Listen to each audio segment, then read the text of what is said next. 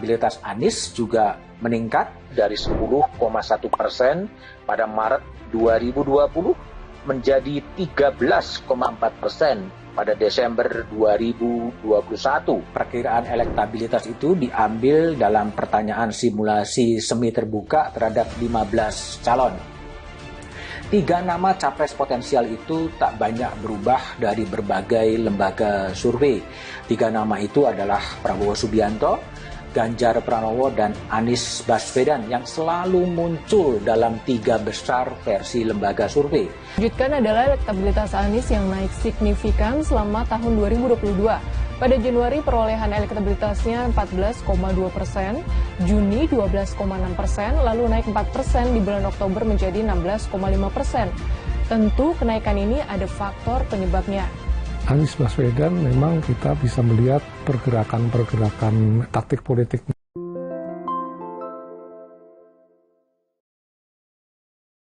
Survei elektabilitas Capres 2024 mengatakan Ganjar teratas disusul Prabowo dan Anies Baswedan. Elektabilitas Ganjar Pranowo sebagai calon presiden atau Capres 2024 menempati urutan teratas dalam hasil survei lembaga Indestar pada Oktober 2022. Gubernur Jawa Tengah itu dibayangi Ketua Umum Partai Gerindra Prabowo Subianto di posisi kedua dan mantan Gubernur DKI Jakarta Anies Baswedan di tempat ketiga.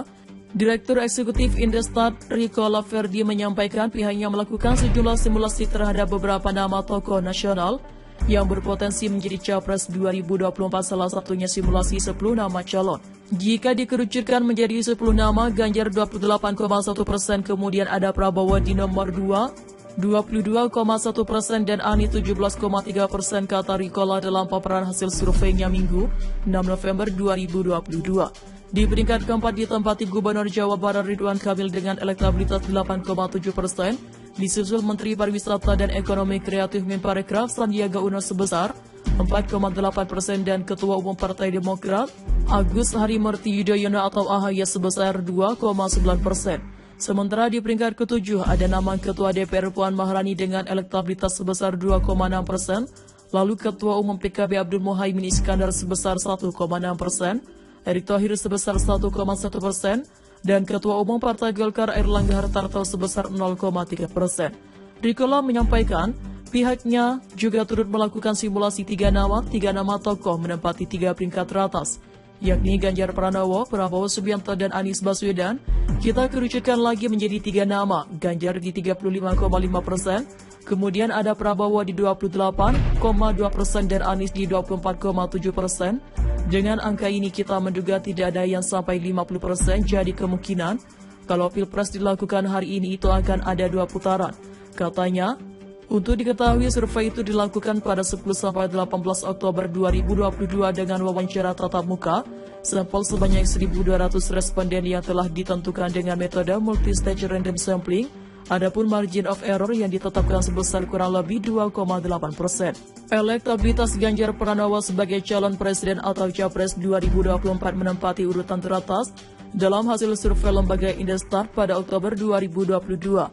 Gubernur Jawa Tengah itu dibayangi Ketua Umum Partai Gerindra Prabowo Subianto di posisi kedua dan mantan Gubernur DKI Jakarta Anies Baswedan di tempat ketiga. Direktur Eksekutif Indestar Riko Laverdi menyampaikan pihaknya melakukan sejumlah simulasi terhadap beberapa nama tokoh nasional yang berpotensi menjadi Capres 2024, salah satunya simulasi 10 nama calon.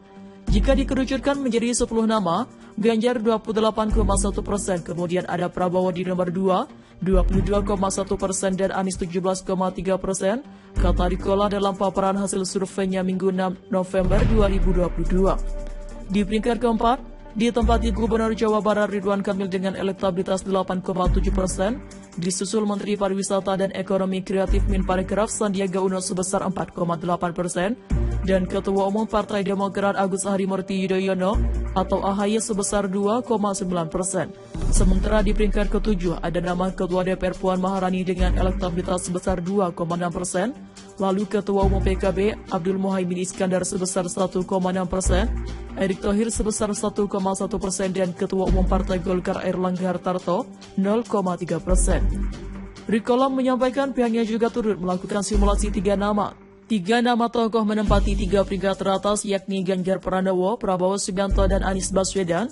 Kita kerucutkan lagi menjadi tiga nama, Ganjar di 35,5%, Prabowo 28,2% dan Anies di 24,7%. Dengan angka ini kita menduga tidak ada yang sampai 50%, jadi kemungkinan kalau Pilpres dilakukan hari ini, itu akan ada 2 putaran katanya. Untuk diketahui, survei ini dilakukan pada 10-18 Oktober 2022 dengan wawancara tatap muka. Sampel sebanyak 1.200 responden yang telah ditentukan dengan metode multi-stage random sampling.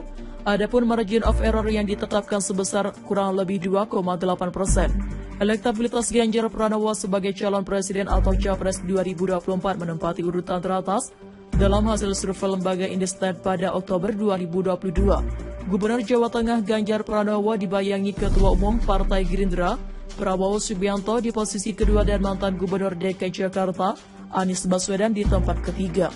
Direktur Eksekutif Indestat Ricola Ferdi menyampaikan pihaknya melakukan sejumlah simulasi terhadap beberapa nama tokoh nasional yang berpotensi menjadi Capres 2024, salah satunya simulasi 10 nama calon.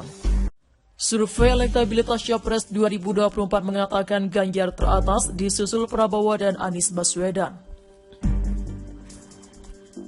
Elektabilitas Ganjar Pranowo sebagai calon presiden atau Capres 2024 menempati urutan teratas dalam hasil survei lembaga Indestat pada Oktober 2022. Gubernur Jawa Tengah itu dibayangi Ketua Umum Partai Gerindra Prabowo Subianto di posisi kedua dan mantan Gubernur DKI Jakarta Anies Baswedan di tempat ketiga. Direktur Eksekutif Indestat Ricola Ferdi menyampaikan pihaknya melakukan sejumlah simulasi terhadap beberapa nama tokoh nasional yang berpotensi menjadi Capres 2024, salah satunya simulasi 10 nama calon.